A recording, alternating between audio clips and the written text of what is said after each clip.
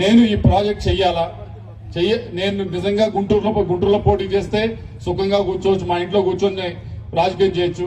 నాకు సుఖంగా కూర్చోవడానికి ఇష్టం లేదు. నేను తిరగాల, ఈ ప్రాజెక్ట్ పూర్తి చేయాలా. నాకు వయసు ఉంది. నేను 40 సంవత్సరాలకి నేను ఇంట్లో కూర్చొని రిటైర్మెంట్ ప్రకటించాలని నేను తలుచుకోవట్లేదు.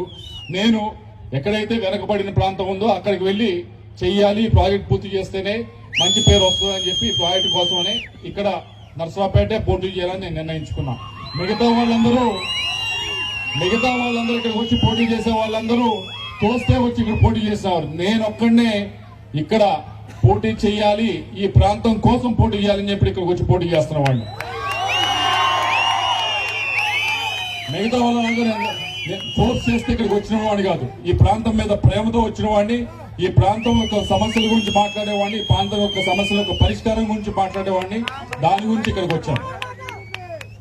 దీంతో పాటుగా వరికపుడిశాల ఇది కేవలం రావాల్సింది రాష్ట్ర ప్రభుత్వం వైపు నుంచి ఏదైతే డబ్బులు రావాలో రాష్ట్ర ప్రభుత్వం కూడా ఇవ్వాల్సిన అవసరం లేదు. బ్యాంకులు డబ్బులు ఇస్తాయి, ఇచ్చిన డబ్బుల్ని కాంట్రాక్టర్ కి డైరెక్ట్ గా పే చేస్తే పనులు పూర్తవుతాయి. ఈ ప్రాజెక్ట్ పూర్తవుతుంది. మీరెవరు కూడా చాలా మంది అడుగుతా ఉన్నారు, వాటర్ ట్యాంకులు పంపించండి. చూసారు ఇప్పుడు ఈ 3 నెలల నుంచి కూడా నేను డిసెంబర్ లో ఏరియాకి వస్తే, పెళ్లికి వస్తే నవంబర్ డిసెంబర్ లో అప్పటికే అయ్యా తాగడానికి నీళ్లు లేవు, స్నానాలు కూడా 2 రోజులు 3 రోజులకు ఒకసారి చేస్తా ఉన్నామని అప్పటికే చెప్పడం జరిగింది. పంపించాం ట్యాంకర్లు, 2-3 ట్యాంకర్లు ఈ ప్రాంతానికి పంపించాం, వాడుతున్నారు. కానీ ఆ పరిస్థితి నుంచి మారాలంటే ఈ ప్రాజెక్ట్ అవ్వాలి. ఈ ప్రాజెక్ట్ అవ్వాలంటే మీకు తెలిసి ఎవరికి ఓటేయాలో, ఈ ప్రాజెక్ట్ అవ్వాలంటే మీకు తెలిసి ఎవరిని ఏ పార్టీని బలపరచాలో.